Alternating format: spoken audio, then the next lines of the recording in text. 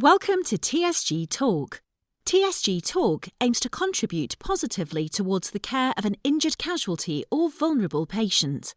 If your goal is to maximise your input for the people you care for, then TSG Talk is for you.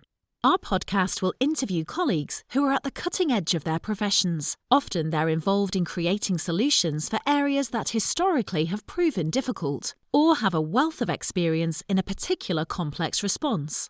Each podcast will provide unique, engaging content. At TSG Associates, we will always strive to ensure our solutions are ahead of the curve and positively impact on the quest for prioritising survival and minimising suffering.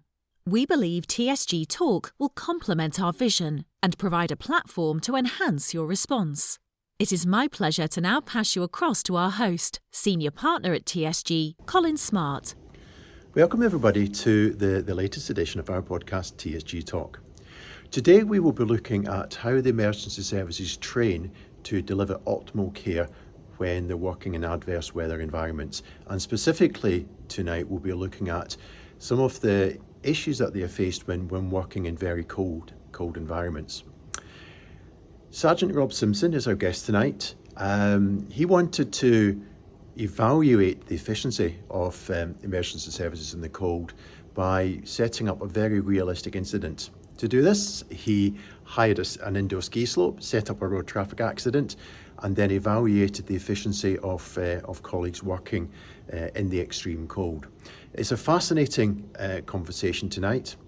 We're going to talk with Rob, who will take us through the lessons learned, and really from those lessons learned, what are the progressions that can be implemented by the emergency services. So I hope you enjoy it. I found it a hugely interesting conversation. Rob is a very engaging guest on the show. So enjoy the show. If you do like it, please like, subscribe, and 5-star ratings are always gladly accepted. So thank you very much, and we will talk soon. Bye-bye. So, good afternoon, Rob. It's absolutely wonderful to see you, and thank you for agreeing to be a guest on TSG Talk. How are you today? I'm good, thank you, and thank you very much for inviting me on to talk about cold weather and the exercise. Yeah, it's an absolute pleasure, and I'm sure the listeners will pick up as we go through. I really like operating in the cold. It's one of my hobbies, which is a strange one. So I'm going to be really interested in the way you've been running Exercise Winter Storm, and especially some of the findings you've been getting out from that. I think we're going to cover some wonderful stuff tonight. So really looking forward to this one. Rob, before we go into the subject tonight, could you give our listeners just a little bit of your own background, and then maybe just expand a little bit more about how you got into really investigating how emergency services do operate in colder environments? Well, a bit like yourself, always loved cold weather, whether I'm out in the mountains myself, going skiing or anything like that. I've always had an enjoyment of spending time out in the snow and so on.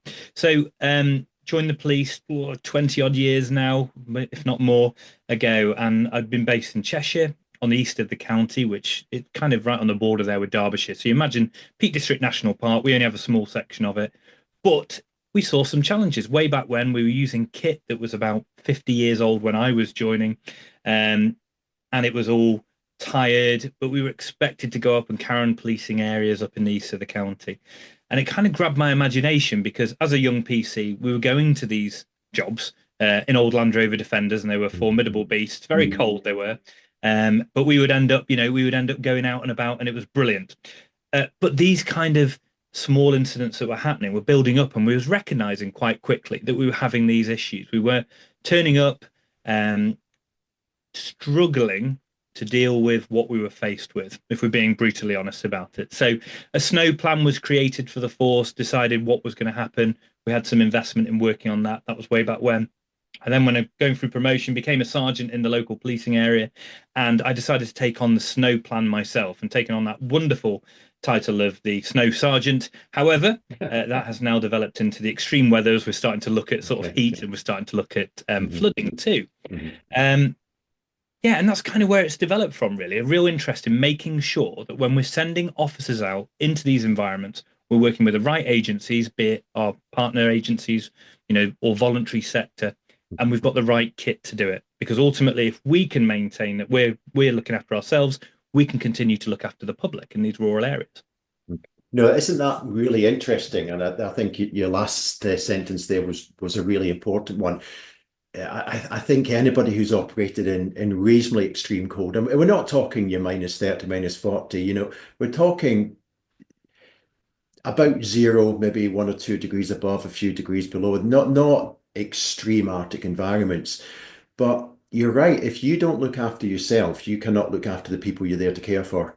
And that's so important. And I certainly know from my experience, if you don't manage yourself and your team correctly, then the functionality of that organization will drop considerably. And I'm sure we'll explore more of the sort of the nuances of that within the emergency services. But yeah, very much, if you don't look after yourself, you're not going to be doing a good job looking after the people you're there for. And having experienced, I imagine you have as well, the effects of cold on your decision making and on your Mm, ability to kind of to work. mhm, You know firsthand that it can mm, have a huge impact. And when people are expecting the best level of service or care from yourself, to be able to, to be affected like that and to drop that kind of mhm. ability is huge. Yeah, and I think the thing I found from working the code is understanding your limitations. Mm, So if you go in there with no experience of working on the code or no training in working in more extreme environment, you may not understand. You just can't do the things you normally think you can do without even thinking. The things that are so easy, opening a medical bag. yeah, Um, and therefore you can't do it with your gloves on, so you take your gloves off and your glove blows away. yeah. It's the simplest things, but then the sheer limitation of doing simple tasks in the code. I think if you don't understand that, then you become unstuck really quickly because you want to do something but you can't. Absolutely. And we're seeing technology change, but not necessarily for the good. Because, for instance, you take a police pocket notebook now, ours are on a mobile phone. Well, perfect for not using in extreme weathers. Because Mhm. again, we're relying on technology to make our notes, to make, records of what we're doing at that time, our decision making that could potentially be challenged years down the line. We've got to record it there and then. And Mhm. a lot of this kit's tested in cold weather, but is it tested with a human at the end of it? And sometimes Mhm. it's not. They'll say, yeah, it works to -20 or minus whatever, but that's not with a human trying to use their fingers on it with gloves on or with cold hands. So, Yeah, and it may be the human who has got gloves on, but just not got the skills in operating, and therefore their decision making is being stressed. yeah. So it's Um, fascinating. yeah, I love it. The whole subject's brilliant. yeah. You can tell there's two enthusiasts going to be talking about the cold tonight, so we're going to have a fantastic conversation. Just moving on from that. I'm aware of what you've been doing with Winter Storm, and I think it's absolutely fascinating the work you've been doing. And I think it's a quantum leap in how to exercise and the lessons we're learning from it. But for any of our listeners who don't know what exercise Winter Storm is, could you start from the most basic, what is Winter Storm, just to paint the picture for us? Because it it it really lends itself to a good story, I think, for what you've done here. So there were two real factors that kind of kicked this off, and one of them was, and I've put pictures online about it in the past, was a family who'd got themselves a 4x4 and had driven up into a remote area of the county, and they had a 6-month-old baby on board. They were just going to go and see the snow. They didn't know where they were going, so they drove up into this wonderful, idyllic part of Cheshire and got themselves wedged into a snowbank, and the snow just kept on filling in this country lane. By the time they decided to ring 999 and tell us about it, they'd already been there for a couple of hours. Um, they're running out of fuel, they're running out of mobile phone signal, and so on. And then what came of that was an 8-hour rescue operation to go and get them. That was involving us having to actually find them because they didn't know where they were. It was involving them, once we did locate them, getting voluntary rescue services there to actually do the kind of labor of getting people out and so on and so forth. So it was a real kind of turning moment where I thought this could have gone horribly wrong. If there's 8 hours for people who are quite comfortably sat in their vehicle, what would it be like if we had to go to something where the vehicle's overturned, there's an entrapment, there's a significant casualty? And this kind of got me thinking about, well, what can we do to stress test our policies and our ideas and say, we think we know what we're doing, it's written in paper, but what does that actually mean? Um, so I said I wanted to do an exercise where we simulated this kind of incident. And I was told, no, you can't do that. You can do a tabletop paper exercise. So I was like, right, I'll go with what I'm allowed to do. So we invited all the commanders, we invited everyone to our headquarters, we sat round a table, we gave them the scenario, and I was absolutely flabbergasted at some of the suggestions that were coming out because we'd been out in these environments. We've seen what it's like. We've seen what it's like when there's a whiteout. You can't tell what's ground from sky and all that kind of stuff. Yeah, I have people in this room saying, well, we just put a drone up. We'd just do this. We'd have people abseiling out of helicopters. We'd do all these kind of wonderful, magical problem-solving solutions that just wouldn't work. And it just, despite the efforts we were going to in pushing back and saying that wouldn't work, we just came across as almost being negative about it and just stopping all these people's ideas. So it wasn't a real comfortable kind of exercise, really. So off the back of that, I thought, no, we're not doing that. And one other thing, we'd had a captain, I think it was captain from the Coast Guard, had come on to the meeting and he did an online presentation. He said, all the things you're suggesting that you would ask us to do, we wouldn't be able to do in that environment. And you can suddenly see these people who were making these kind of decisions were going, maybe we can't do what we're doing and stuff. So it started to dawn on them. Off the back of that, I was kind of frustrated at the fact that what we were trying to get across wasn't being listened to. And that's no criticism of the people. I think it's probably more us being able to communicate it to them and say, actually, what it's really like when you're warm in an office and you're directing troops or officers or whoever on the ground. Do you know what kit they've got on? Do you know what vehicles they're driving? Do you know what they're going into? So we'd be sending photos and saying, look, we're in thigh deep snow here, and it's wonderfully and clear on the Cheshire Plains. So we thought, right, I need to do something about this. So I went and booked the biggest indoor ski slope in the UK, in Manchester, without really getting permission. It was one of them. Started creating this exercise, which in its first year was quite small. We just had one vehicle in it that had simulated coming off a country road, rolled down the hillside, entrapped casualties in it, and we were going to respond as a multi-casualty, multi-agency response and see how it went. See if all these things that everyone's saying that they would do were possible. The first year we did put in some industrial fans as well. That was a bit of a mistake because we almost did actually freeze the casualties. So that was something we looked at for the following year. But anyway, so everyone turned up. We briefed them and I said, this is what you're going to do. And again, I wanted to stress test it. Everyone's saying it's very simple. We do A, B, C, and D. And if this was real, we would do this.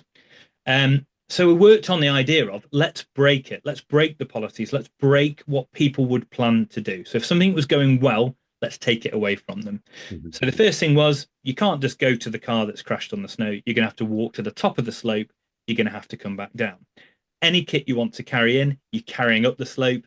And this carried on going. So we wanted to make people a bit tired, a bit more, really start getting them thinking about what they need to carry with them, not make access easy. And so they had to think about vehicles. They had to think about what they could carry. For instance, the ambulance service on that one only had handheld torches, which severely limited to what kit they could then carry in their hands. They've moved on from that now. They've got head torches. So again, simple fixes like that. Absolutely brilliant. Very quick to do. And we made them walk to the top. Fire brigade got down to the vehicle, and I'd tell them the jaws of life don't work. So again, they had to look at different extraction methods for these injured people.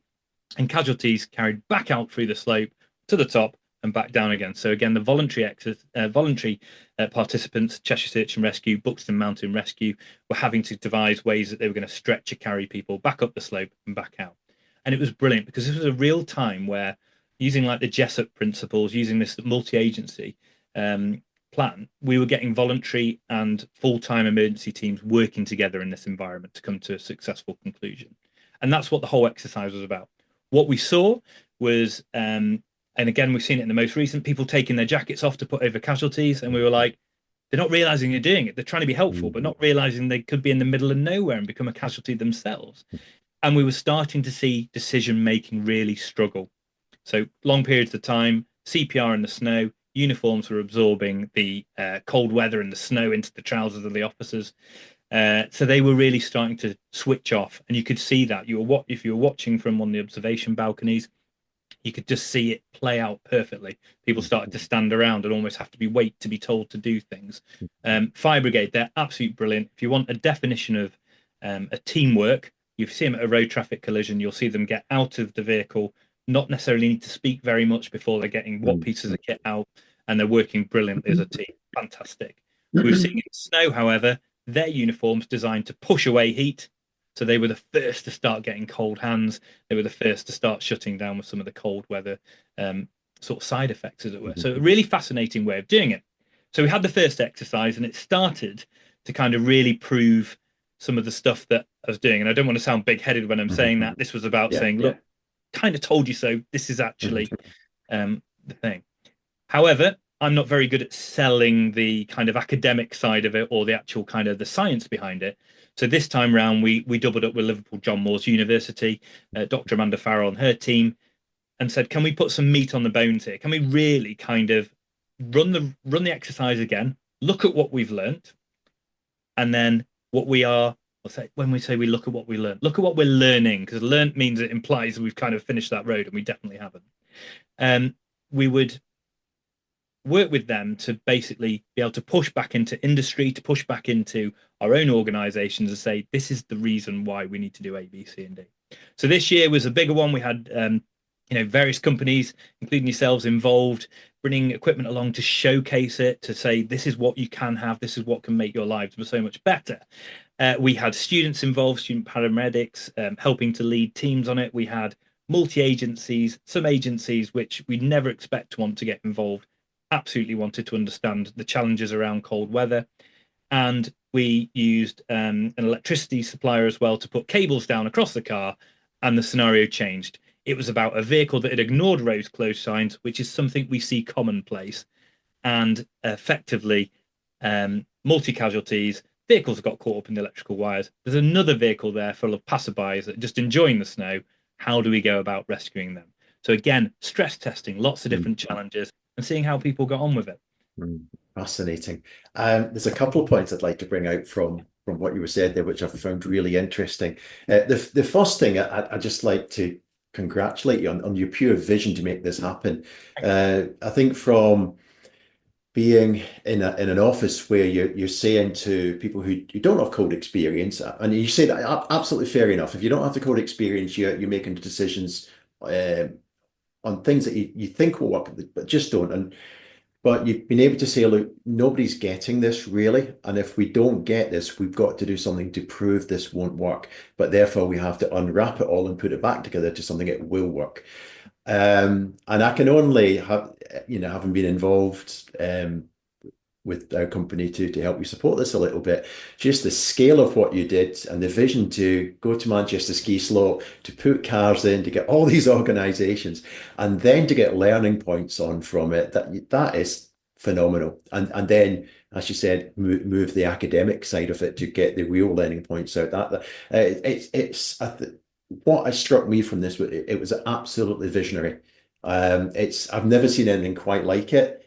But everything you were doing was there to get learning points to improve how we respond as multiple teams and care for the patient. So amazing. I can only say that. So I can't understate the scale of what you achieved, so you should be super proud. But there's a couple of things I brought up. And obviously me from the medical side of life is that we nearly froze our casualty. Yes. And I find, certainly from a UK point of view, and to be honest, a lot of the world, is that we don't really address hypothermia. And I'm going to be a little bit contentious, and I'm going to say I think we're a little bit lazy on how we approach keeping people warm at the scenes of incidents. We take equipment that's probably too small with minimal insulation standards, often the silver foil type things, and we think that's going to work in sub-zero temperatures. I don't know how many exercises I've been to where the casualties are already cold just on a cold, damp day. Yes. Because we don't think about, actually, we all know what it takes to keep us warm because we scale up and down each day with the clothes that we wear to stay warm. But we then approach a casualty and we put suboptimal equipment in place. But I think we have to, the fact that even on the exercise in a controlled environment, we weren't doing enough to keep the casualty warm.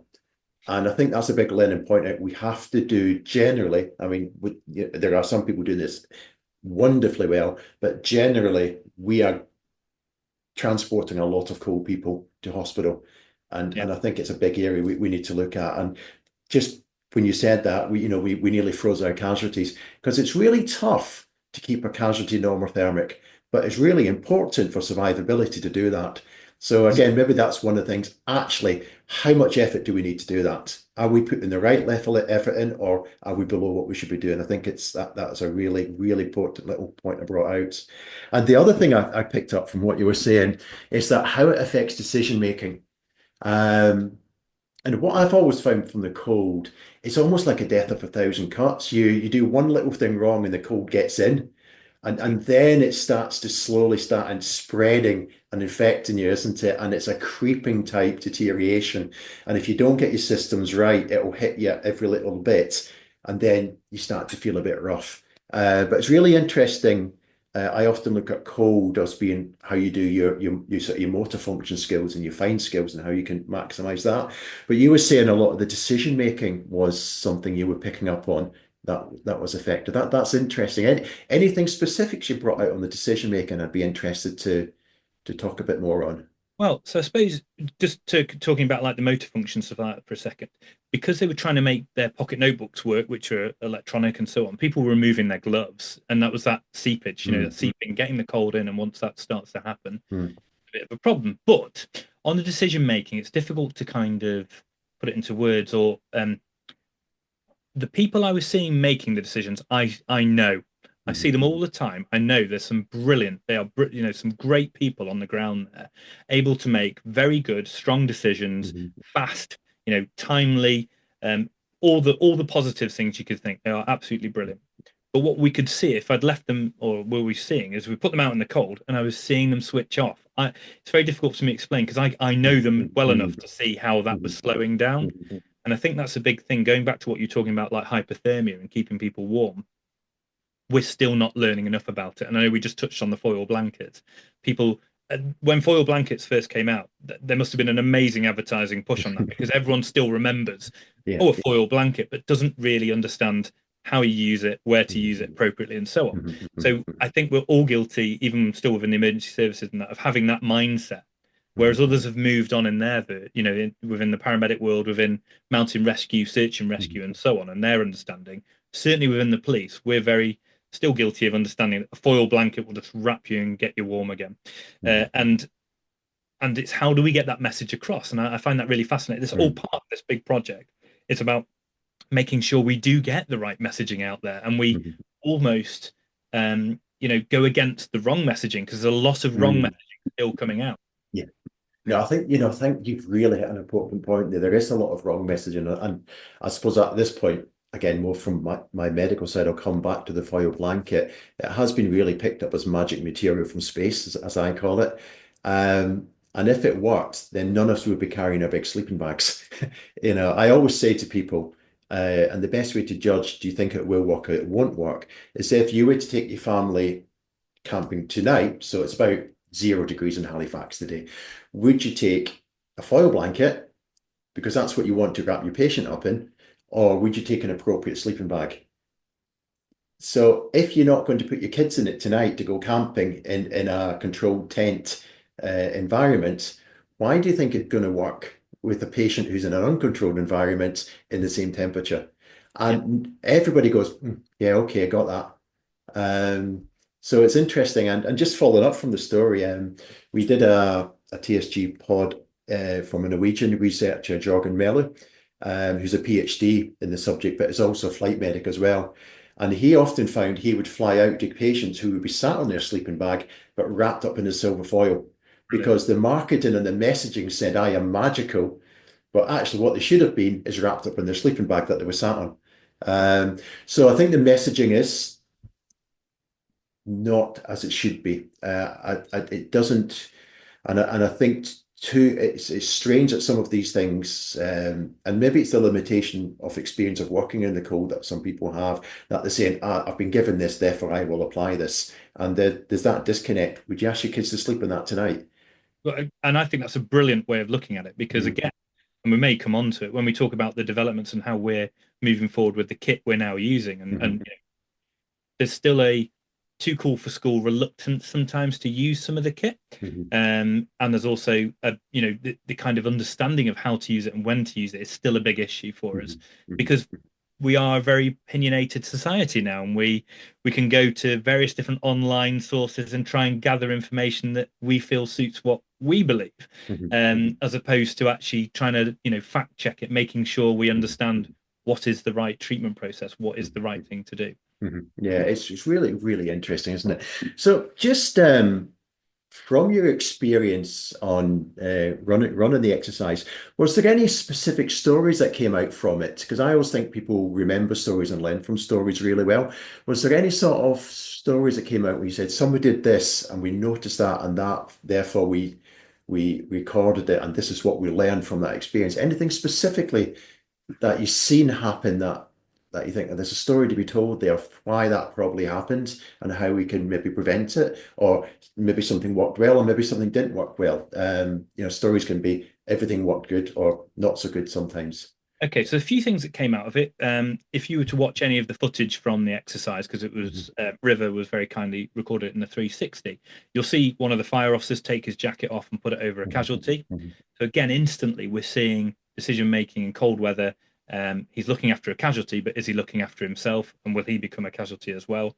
So it started that us looking at the wider footage, how people were using their equipment. And what we noticed was we'd normally have very clear kind of kit storage areas if you arrive at the scene, but people were just putting kit down everywhere and creating trip hazards, creating kind of corridors of actual, almost became like an assault course at some point from A to B, and you're thinking we've got to extract that. And we can only liken that back down to the cold affecting people's decision making, or people not wanting it to affect their decision making, so they're being quicker and maybe not as thorough because they're wanting to get on with it, thinking we do not want to be trapped in this situation for hours on end. So actually, let's just do this, let's just do that, and so on. So what we have learned from it all is we have, I think, in our force, it's 27 pages long, the snow plan, which you think would cover everything, and it pretty much does cover every eventuality. But when people need to know what to do, 27 pages is not a quick document to read through if you've got to make a decision. So we're now looking at how we can adapt that and change it. So the learning from it, the stories from it is there's too much information. You almost you hit with it too much coming into your brain at once. Let's simplify this. So my team are working on like getting down to action cards. So what do you actually need to know? And we're trying to simplify it, draw out the bit that's going to keep you safe, keep other people safe. The other bit can stay as a manual you can refer back to, but actually let's make it so it's just simple for people to follow. And again, looking at how people have acted on these exercises, we've had it where different teams as well have acronyms, and I can't think of it now. Two different teams had a similar acronym for one piece of medical equipment. Right. And up the slope they went to go and get it, down the slope, back up, back down, and they had the wrong piece, so they had to go back again.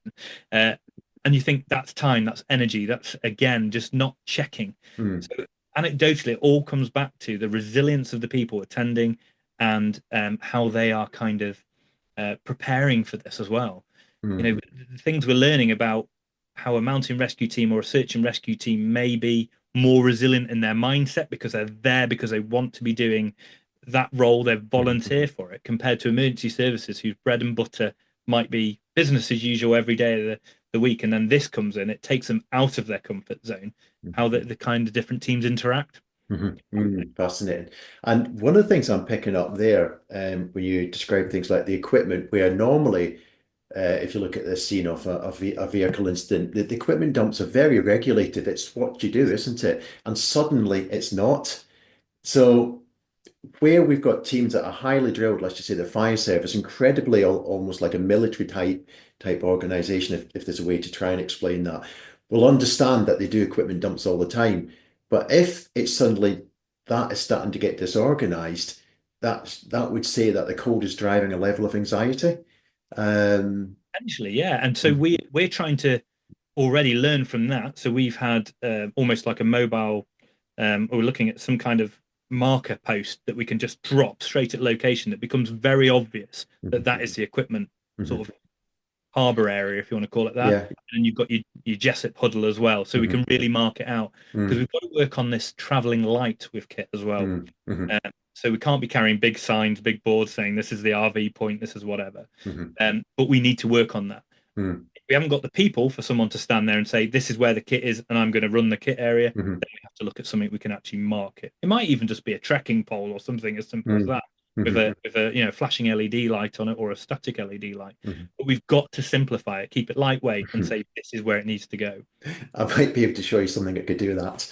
Excellent. There we go. All sorts of ideas. Yeah, I better not prompt it too much. Why I was talking about anxiety, I had one really interesting experience on quite a large expedition. We were crossing the Greenland ice cap, which was a 25-day, 600-kilometer unsupported walk, for want of a better explanation. And about 14 days into the incident, we were on the plateau of the ice cap. So that's about 8,000 feet high. It's a very gradual ascent.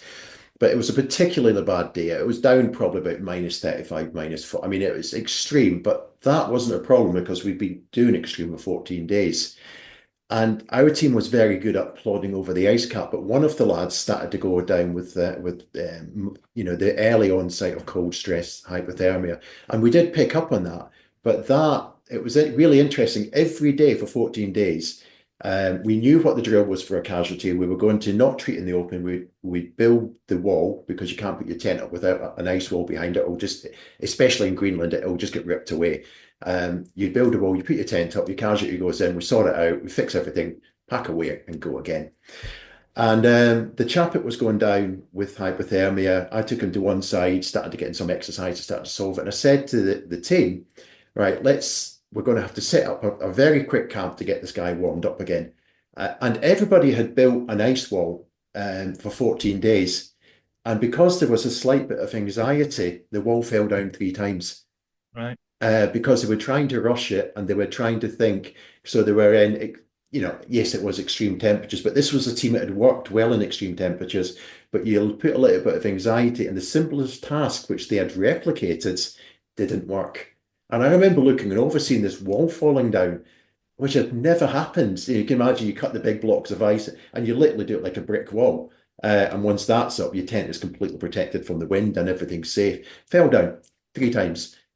Because they were rushing, they were being driven by the incident, and then the weather was getting into them as well. So it's really interesting, where I think what I picked up there was, even if it's a routine thing people are doing, if you put them into the cold environment and you put some pressure on them, the most basic things like setting up an equipment dump, which is something that's completely drilled into many emergency services, starts to go wrong. And as I've seen on the ice cap, we know how to build a wall. We've done it for 14 days in horrible conditions. The wall falls down 3 times. So it does that. I think and it goes back to, does it affect your ability to function and make your decisions? I think it really does, even with highly trained people who can operate. And I think that's why it's so important to try and get these lessons. But I think the other thing you've really hit on is it cannot be complex, because our capacity to absorb information and then make decisions we're under pressure here. So keeping that simplicity is really interesting. It'll be really interesting to see the outcome from it, and maybe how it's implemented. That I think it'll be fascinating to try and do the comparisons. Absolutely. And you're talking about the stress factors as well. When during the exercise, for instance, when I felt like they were probably doing well in terms of decision making, was going along, fine. We'd then give an updated weather report, basically to give them a smaller window of time before a virtual blizzard or whatever would come in and destroy what they're planning on at the moment. So we kind of wanted to continue to do this. So every person who walks out of these kind of exercises has that immersive learning where they think, whoa, I've kind of survived that exercise and I'm going to take a lot of this away with me. And also make it really interesting so they tell people about it. I don't want it to be mundane or boring. It's got to be a challenge. You've got to take something away from it.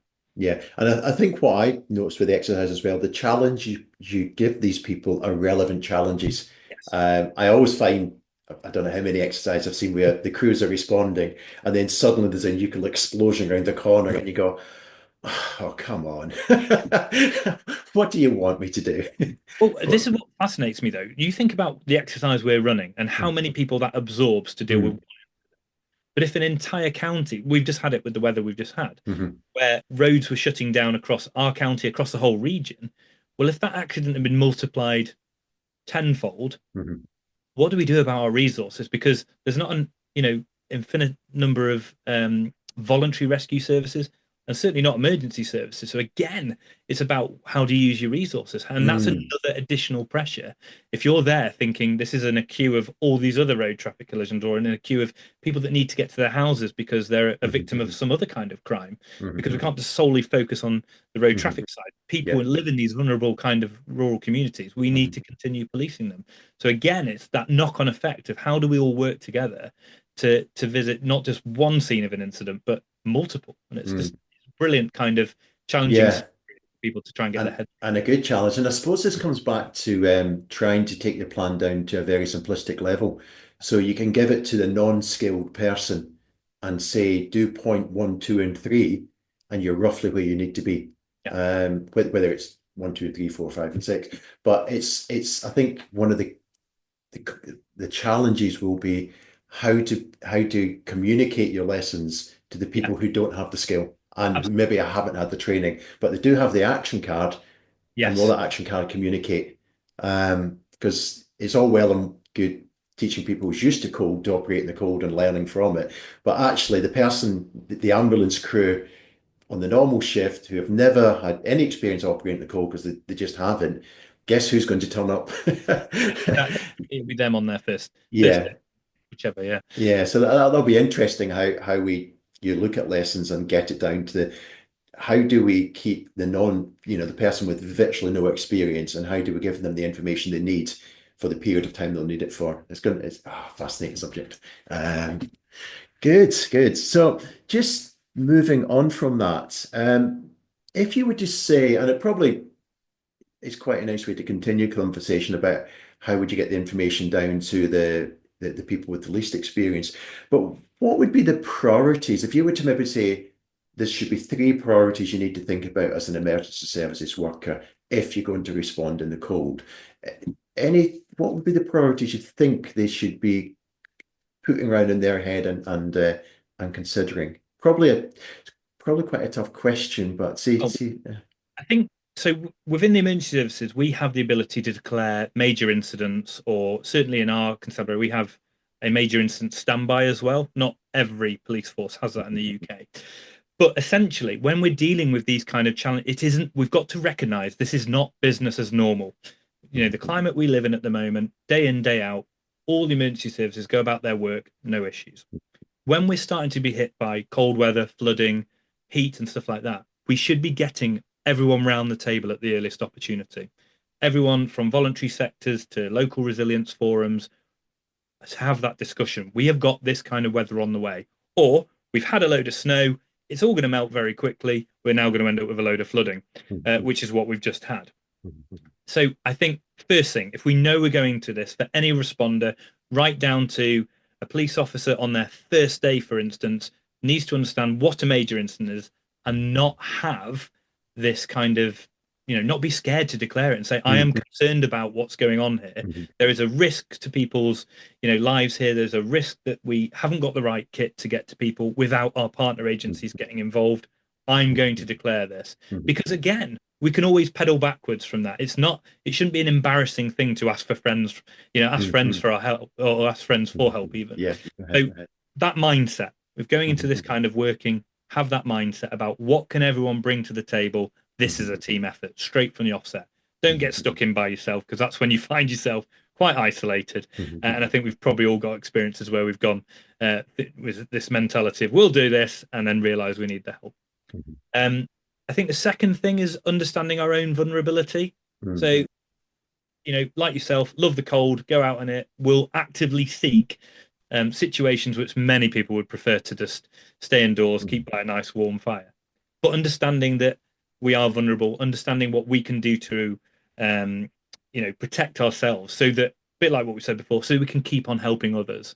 Just because we're an emergency service doesn't mean that we are superheroes. We're certainly not superheroes, but that idea of we're not as robust as what we might think we are. So having the right kit, having the right mindset, and so on. When we're going out to help others, look after ourselves in the first instance so we can continue to look after others. And obviously, like the third bit is probably having the right kit. There are people out there, as we know, companies out there that have got brilliant kit that can make our life a lot easier, that can make sure that we can continue to function, that we can continue to support our communities wherever they may be. And that might be kit, personal kit for keeping us warm, keeping us functioning, or it's again kit that we can then deploy with and look after people at the scene of an incident, where whether it's providing shelter, whether it's providing warmth, whether it's providing humor or anything to keep people going.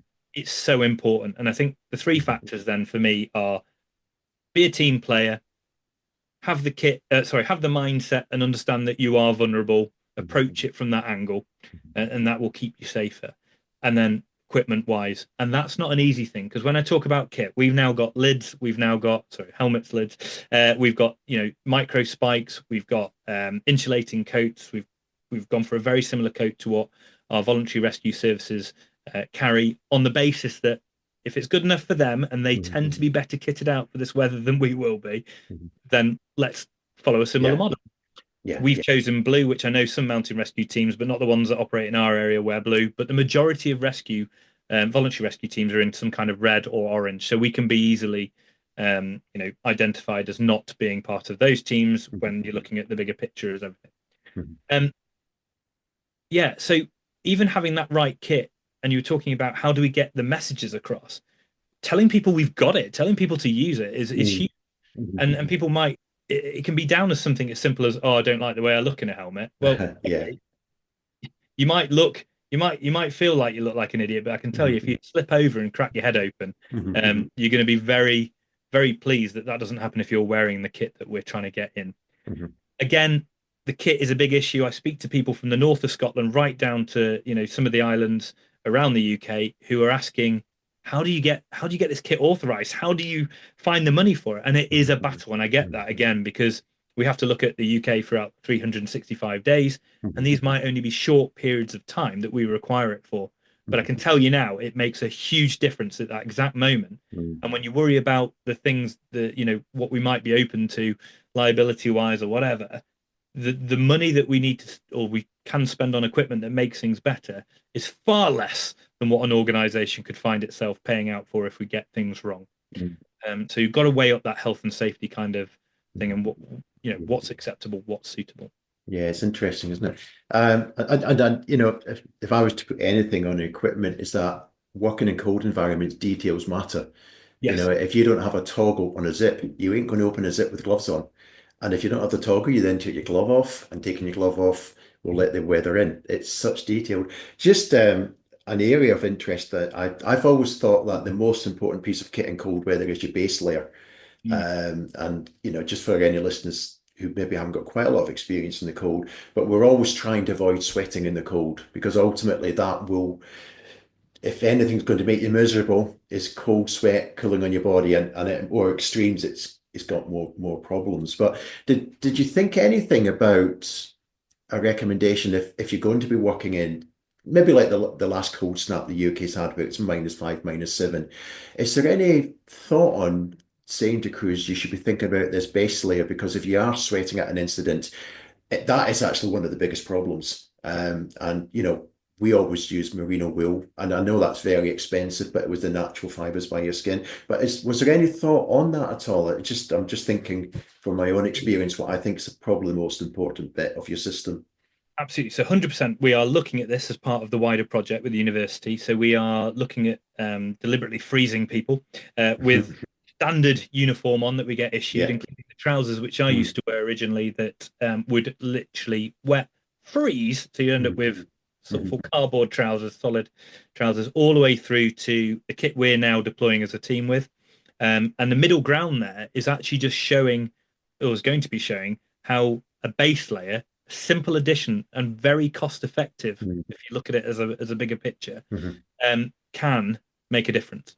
And although there are studies out there that have been done for the military, they've been done for everything like that, to actually categorize it and get it down so it's for our emergency and volunteer rescue services, hopefully will ring true in a lot of people's ears about, actually, this is a real simple kind of addition that people can do.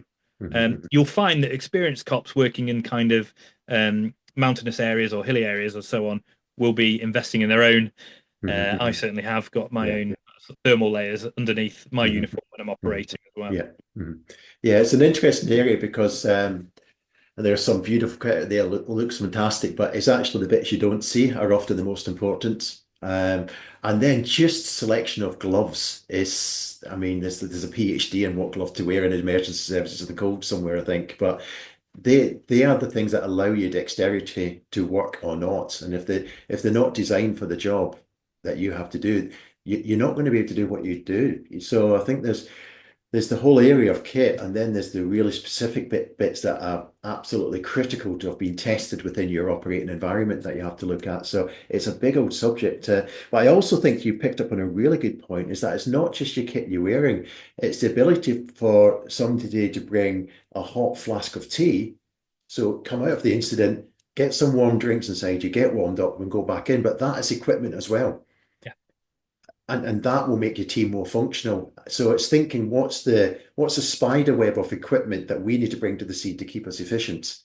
Yeah. So we have like a go bag as well, which is part of written into the snow plan and part of going to be part of the action cards. But they're effectively waterproof. I liken it to the military kind of kit bags over the shoulder, those green ones. It's a red version. It's waterproof.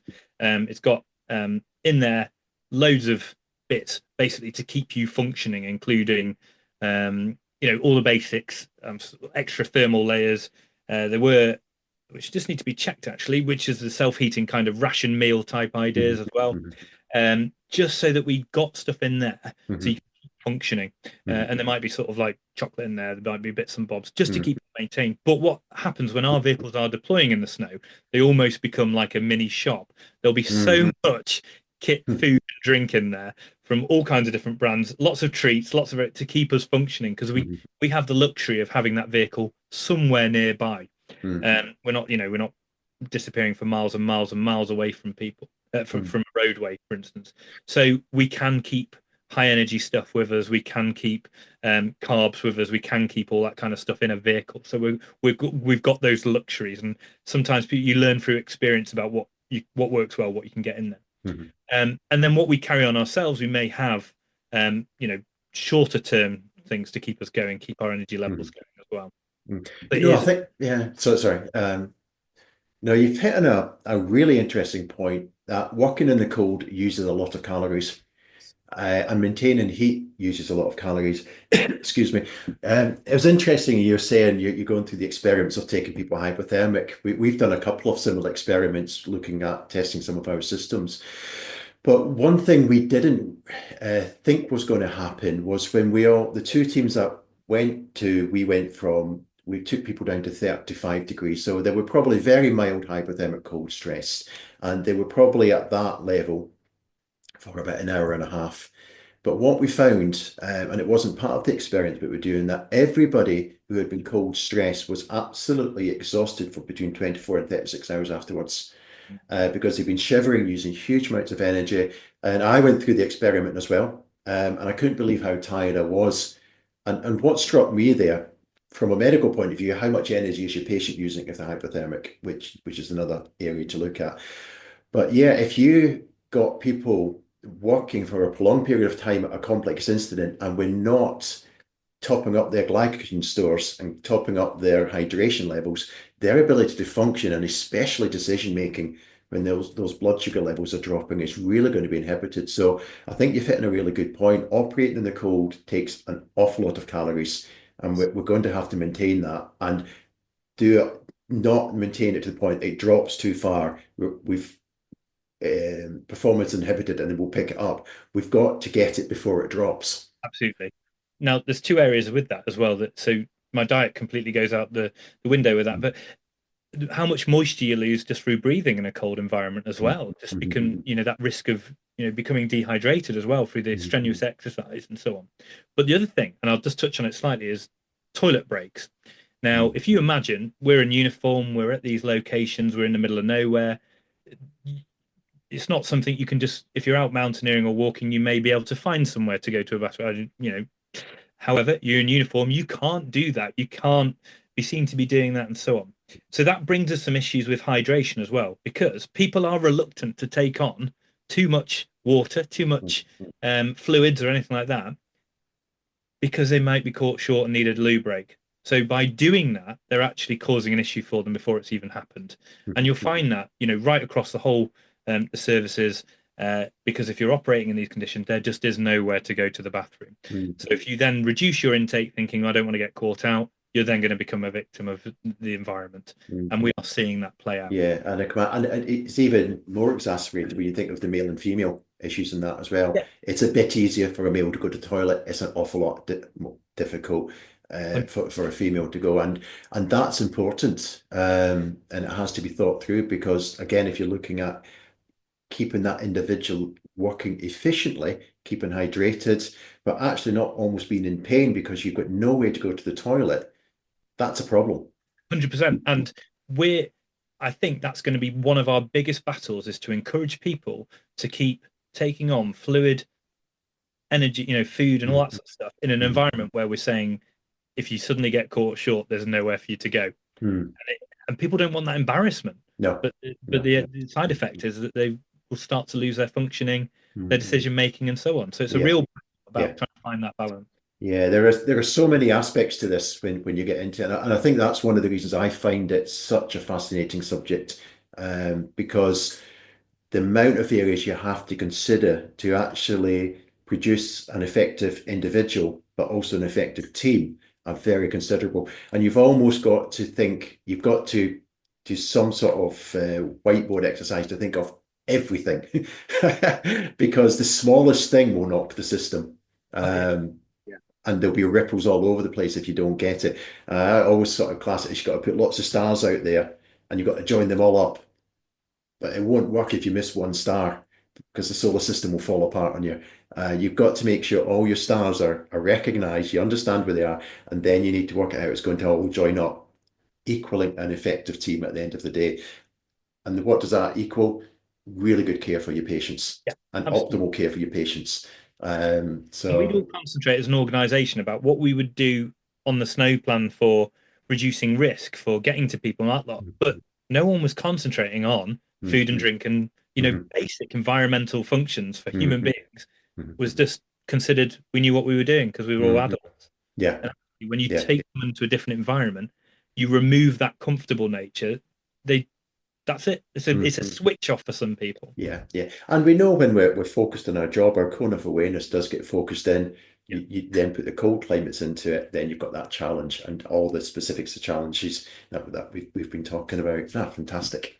If you were to take some of the learning points, we've probably covered some of these in our conversation, but it'd be nice just to try and summarize. What would be the key learning points that you brought out from running these exercises? Is there any big lessons that you've got from it? Yes, I think, rightly or wrongly, we've always had a viewpoint that we would learn a lesson and then we would be able to implement it. I think what we're learning now, keep using the word, is that it is a constant learning. Never stop learning. The second you think you know everything, or the second you think you've got a great handle on something, is probably where you're putting yourself in a silly situation, either to look foolish or get yourself in some kind of harm, as it were. So I think for me, it's about constantly challenging, keeping it realistic, making sure that we're aware of how industry is changing, what's being learned scientifically as well. So when we talk about foil blankets, like we've brought up before, we've got a responsibility, if we're going to work in these environments, to keep ourselves educated about the different things that are coming out as well. So I think lessons we're learning is, are our current uniforms fit for purpose? And that's for operating in wet weather, cold weather, heat, and so on. And there's work being done about that. Are we resilient enough as individuals? Because I certainly remember when I joined the police, a lot of my supervisors and stuff had all been military, or they'd all come from organizations that had various different, leadership inputs, or they'd even been abroad to some of these fantastic places and experienced what it's like. We don't have that now. We have, when recruitment things changed, we created, and it's not really to get into now, but it became very much you must do this kind of degree to get into the police and so on. We lost out on a lot of people from various different organizations coming into the police and bringing that wealth of knowledge. Mhm. That's slowly turning, and we're seeing that go back the way it is. But I think it's going to take some time for us to get back up to speed, and understand that, you know, we can't do things as an organization by ourselves. We have to look inward and outwardly for expertise from various different places Mm. to make us be able to achieve whatever we're trying to achieve. And the lesson for me is don't become so focused, look wider. And when you think that, a bit like what we're talking about, when you think you've got it good, something small will come along and Mhm. completely change the playing field. Yeah, yeah, no, those are absolutely excellent lessons. So, looking to the future, I mean, I've been privileged to see the work you've doing and the outcome you've got from that, and the learning points and how that's been put into the systems. But wait, what's the future hold for Winter Storm, and what's the future hold for what we're learning from it? How we, where do you want to go with this? So we've been really fortunate because I've been down to London and presented to, resilience forums down there. I have, like now, talking to you, being able to promote what we're doing. It's fantastic. So for us, it's about building on what we've already achieved, not overcomplicating it, but allowing more people to experience the lessons firsthand, be immersive, be involved in these kind of exercises. It's also to look at different areas of the work as well. So flooding, for instance, Mm. heat.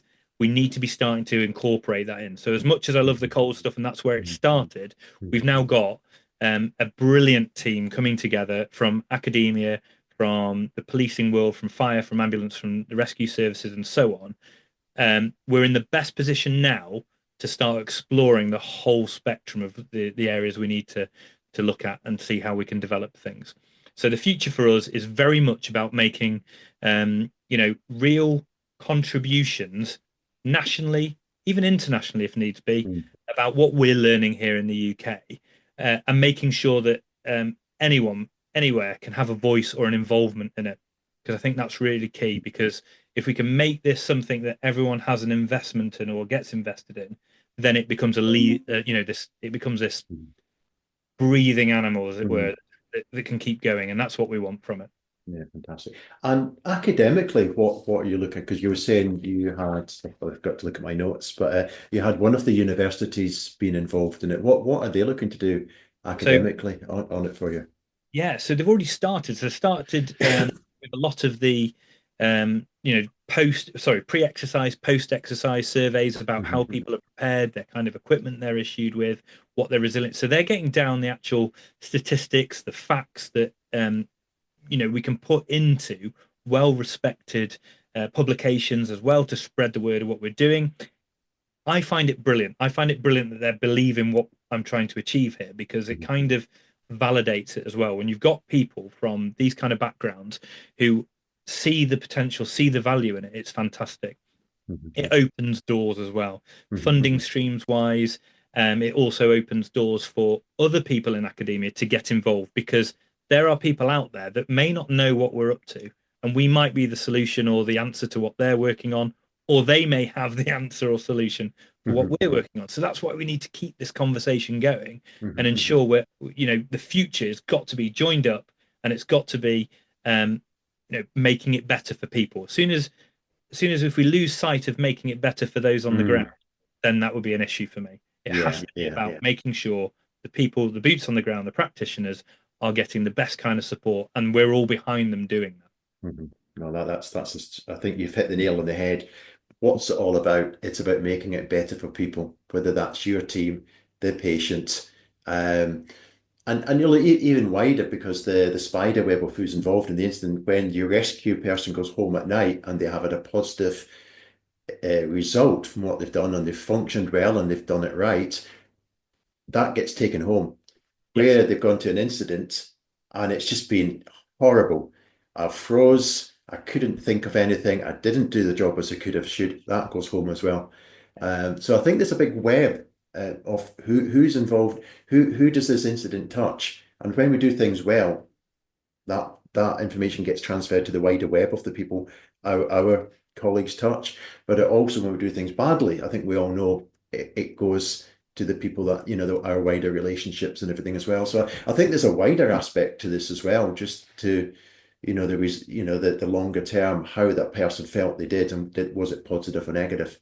Yeah, And and if we can inspire people, mm, not just in this realm of work, but inspire people in their realms of work to try and make immersive kind of experiences and learn from it, that's got to be mhm, positive. mhm, And we were really fortunate to have three brilliant sort of guest speakers as well at our event, our exercise, because they're rock stars, and you mhm, want these mhm. kind of rock Yeah. stars in their world of pre-hospital care or whatever Mhm. to be inspiring the next generations, these students that are coming through, and also the people that have made I mean, I think we had a fire officer that was one of his last shifts, and he was involved in that exercise, Right. and Mhm, it's one of the best exercises he'd been mhm. involved in his Yeah. entire Yeah. 30 odd years of being a fire officer. Mhm, Um, if we're still making people enjoy it and inspire and take something away from mhm, it, brilliant. And again, if we can get the public to think about it, because even in my own car, I carry kit in the back of there for if I got mhm, caught out in cold weather. And we've mhm, got to change this mentality, this mhm. resilience, and we Yeah. still have this huge idea that well, my vehicle can get through anything, so I'm all right to travel wherever. Yeah, but the Mhm, person in front of you might not be able to, and they may have just blocked the road, and the person mhm, behind you may block that road. So you may have that 8 hour wait, and are you ready for that 8 hour wait? We're coming mhm, to help you. It mhm. just might not be as quick as you think it's going to be.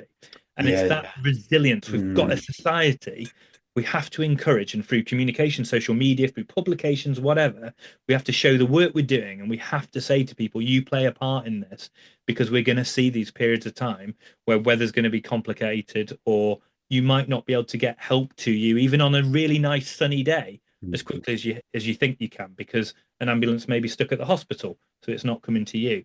So mhm. what are you doing? What can you do for your family? What can you do for your neighbors, your Yeah. loved Yeah. ones, or whatever, to make sure that you look after them, yourself, and so Mm. on? So if we can change their mentality and ours, then we're on to a winner.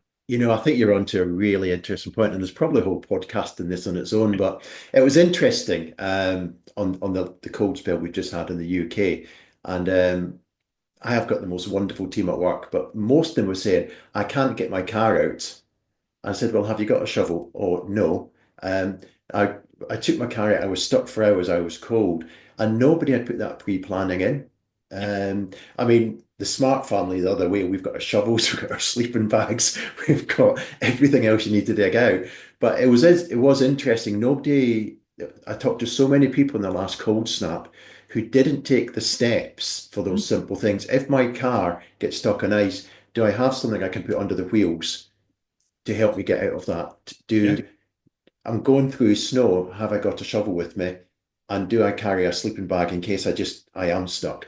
And I don't think I talked to anybody who was putting any contingency in. It was always about, I will get from A to B, and if I don't get to B, I'm just going to be stuck. yeah.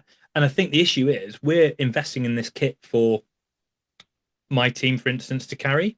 But I've got to be confident my team can get into work, because if they can't get into Mhm. work, they can't then operate the kit we've got. So Yeah. fortunately, we're a right good mixed bag of people who Mhm. are very, interested in outdoor worlds and stuff Mhm. like that. So we have got quite a bit of experience or kit in our own Mhm. vehicle, which means we will make that extra effort to Mhm. make sure we can get in on time and actually do the role we're expected to do. But we have to understand that across the board, we can't just be reliant on what kit is the emergency services have, because if they can't get into work, Mhm. they can't use the kit. So Yeah. everyone needs to play that part, even in your own life. Mhm. I find it very difficult sometimes to imagine myself as that I'm Rob Simpson. I'm at home. This is my family life, whatever.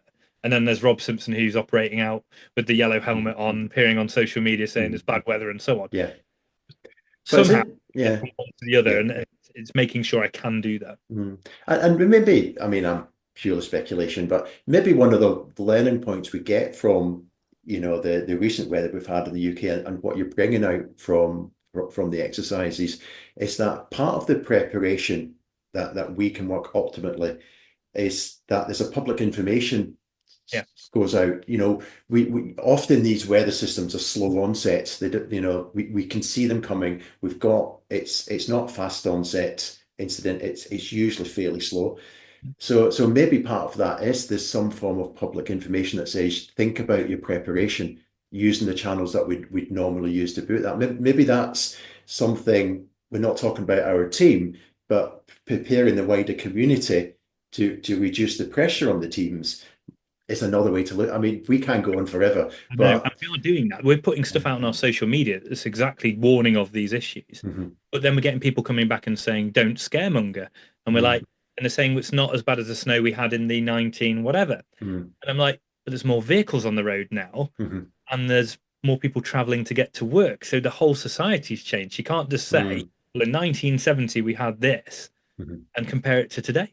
Yeah. So again, fascinating. But like you said, a subject you could spend Yeah. trying to get into. So on Uh, that, I have got one more question to ask you, but let me try and summarize where we are so far, and please tell me if I've got it wrong, or if there's anything that I've missed. But the big things I've picked up about this, and I'm going to start with the patient, yeah, being my medical background, but it's very difficult to keep patients warm, especially when we've got trauma involved as well in the more severe environments. And if we want to be really good at this and giving optimal care for our patient, we need to really be realistic about what it's going to take to keep that patient warm. And we need to validate what we're doing, and we need to be sure it's going to work. So the whole patient care changes again when we're working in more extreme environments. I think really importantly, we had quite a really good discussion, and one of the things I've really picked up from what you've got from Winter Storm is that the cold affects your ability to make good decisions, and it can do that through various ways. It can make you miserable, so it's not as easy to make those decisions. It can use lots of energy, so your blood sugar might be a bit low. You just might have this whole other dynamic you're trying to deal with that you're not very good at, and you're still trying to deal with the complex incidents. Whether it's all of those things or just one of those things, decision making becomes more difficult. And if we understand that, we can probably put things in place to try and make it better. Maybe not perfect, but we can certainly make it better. But understanding your decision making will be more stressed is probably one of the biggest things I think you've got from the exercises. Normal things don't work in the cold. Zips don't work. Drones fall out the sky. Vehicles can't get to the scene. The most basic functions are an awful lot more difficult when you're in the cold. And I think, again, going back to what the exercises brought out, is getting people to understand the most basic task is really difficult. How can you put a defibrillator pad on at -3? It's just different. Now there may be there will be ways around that, but you need to understand that everything is going to give you a challenge. And the challenges will start at the most, but how do I get into my bag? Because if I don't have a little piece of string on my zip, it's going to be really difficult. The most basic things are challenged, and probably technology is really stressed in the cold. No matter how robust we make it, the cold puts a stressor on technology, and that technology is already trying to work at a complex instance, so it's got a stressor on it as it is. You then throw the cold at it, it becomes more of a problem. So that I think that's something that we have to bear in mind. Um, we talked quite a lot about that. It actually drives anxiety. That some of the things, I think we've brought out two really good stories, was your experience with simple things that teams are used to doing every day and do well, equipment dumps. We do this on a routine. Or like I was saying as we were crossing the ice cap, building a wall. We know how to build a wall. You put anxiety into it and the kits become scattered and my wall falls down. And these are capable teams, but they've been thrown different dynamics. So things even that we're routinely good at can be really challenged in the cold, which is interesting. And again, how do we fix that? I think the first step is probably recognizing it and then thinking, and again, this is a big learning point. However you're going to address it has to be simple. So when you, as you say, your cold weather planning, how do you take all the lessons and simplify that down to the non-expert? Which is a challenge, but I think one you're addressing with everything that you're doing. Um, Kit's important, because if you haven't got the right kit, everything becomes a bit more difficult.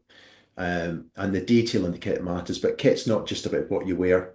It could be the availability of the hot drink, which is equipment, the availability of toilets. What's this little spider web of equipment that people require to function as an emergency services worker. And there's a brainstorming session there to be done. And make sure if you are going to supply toilets, you can open the door with big gloves. 'Cause, I mean, everything has to be considered, doesn't it? Or you can you get back out? You might get in, but you might not get back out again. So there may be things to think about. And just on some of the key learning points, you've got constant learning. We will every time we think we might be ready, that's when we're probably most vulnerable. And thinking about the resilience of our colleagues in emergency services, but also the resilience of the wider community. Where is it at this point in time? It doesn't really matter where it is. We just need to recognise where it is and do something about it. So that was quite a lot of points. Is there anything you would pick up on that? No, I think that covers it brilliantly in the sense of, Okay. quite a broad subject. But like I said, we could add so much more to it. We could. But I think if you look at these learning points that we've just covered, and so many of them have come out from the exercise, it's a massive learning curve coming out from what you've done. So that's absolutely superb. So just one more question to finish that we ask all of our guests in TSG Talk. But if you were to take, because we're a medical podcast, if you were to take one piece of medical equipment with you, no matter where you were, but would always be with you, what do you think that would be? So if I look at it from sort of our team's way of working and stuff like that, obviously we've got vehicles with us so we can carry bulky equipment and stuff like that. For us, my biggest kind of concern when I look at the exertion we're doing and the kind of environment when we're really challenging ourselves. So in this kind of thing, I would say our defibrillators. We have carried them on our vehicles. They're issued to our team, supported by Northwest Ambulance Service that very kindly donated them. Because we carry kit for dealing with most things, but I can see most things. When it comes to the stuff that's going on inside the body, as a non-medic kind of police officer, that's my concern in terms of the bits that can happen inside.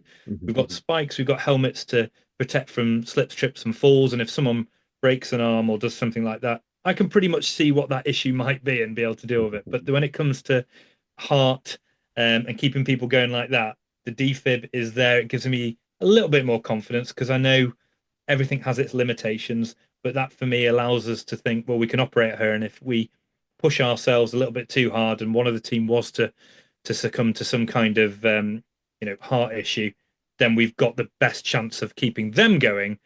But it's also there for the public as well. But selfishly, looking for the team with our kit, that is something that I like. Gives me a bit more confidence having operating quite some distance away from where there might be the nearest other bit of help. No, that's an absolutely fantastic answer and makes absolute sense what you're saying.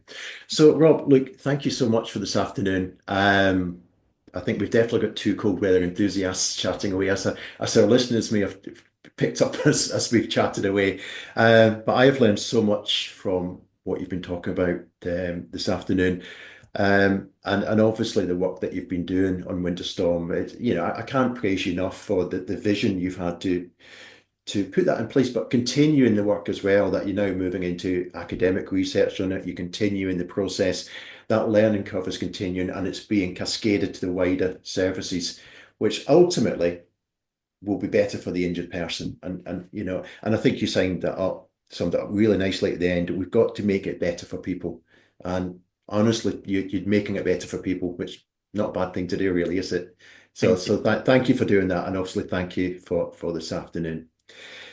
From a TSG Talk point of view, I'd just like to thank everybody for listening today. If you've enjoyed the podcast, please like and subscribe. And we always like 5-star ratings. It just really does help us get picked up by more of the search engines, so more people have access to this information.